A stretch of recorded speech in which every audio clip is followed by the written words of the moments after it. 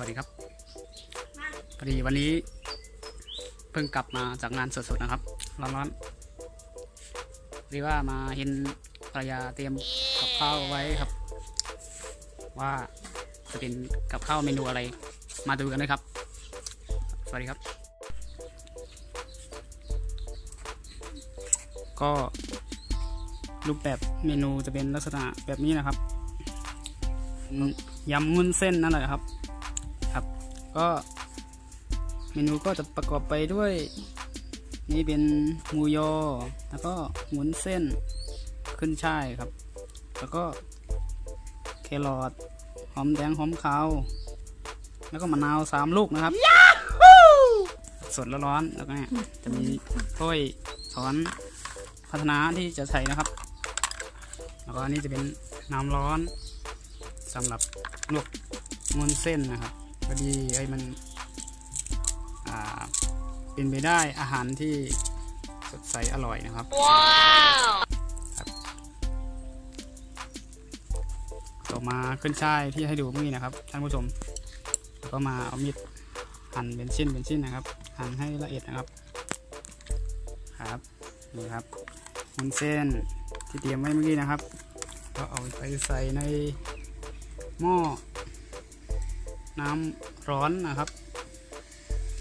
ทานกันเลยทีเดียวครับอันนี้ยังไม่ได้ปรุงเลยครับ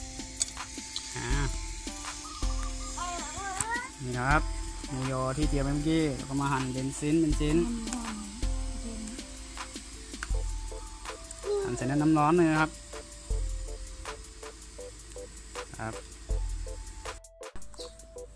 นี่ครับพอเราใส่ในน้ำร้อนสักพักนะครับเรียบร้อยก็เอาขึ้นมานะครับแล้วก็ตักเอาช้อนตักมาใส่ในภาชนะที่เตรียมไว้เมื่อกี้นะครับอันนี้ก็จะเป็นหน้าตามะนาวหั่นแล้วกลับมาที่ปรุงนะครับนี่จะเป็นพริกนะครับพริกที่ใส่เรียบร้อยอันนี้จะเป็นน้ำปลา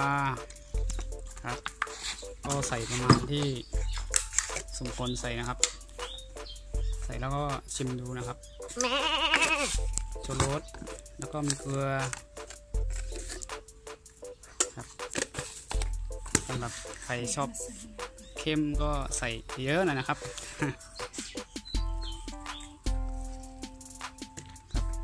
ว่าจะเหมือนเมนูท่านผู้ชมเขาทำกันหรือเปล่านะครับทำกันเองนะครับจะร้อนๆใส่มะนาวเยอะๆมะนาวมีใส่ครับ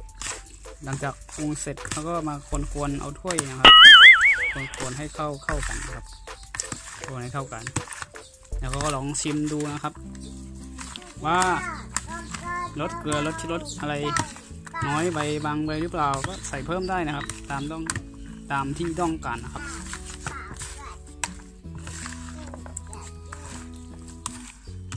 นี่นะฮะน่าทานกันเลยทีเดียวนะครับ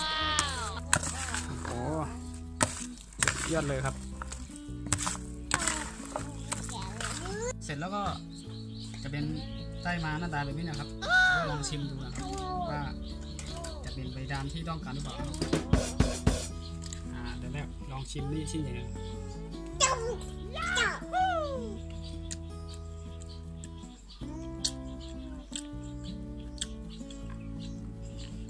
ถือว่าสุดยอดนะครับอร่อยครับอร่อยมากเลยครับชอบทำแบบบ้านๆอยู่บ้านไม่มีเวลาออกไปซื้อกินยำวุ้นเส้นข้างนอกก็ทำกินเองที่บ้านได้นะครับเพื่อนๆคนไหนอยากจะทำเมนูอะไรเด็ดๆก็ทำกินเองได้นะครับสำหรับคลิปนี้ก็ขอจบไปเพียงแค่นี้นะครับถ้าหากว่าชอบคลิปนี้ก็อย่าลืมกดไลค์กดแชร์กด Subscribe กดกระดิ่งนะครับสวัสดีครับ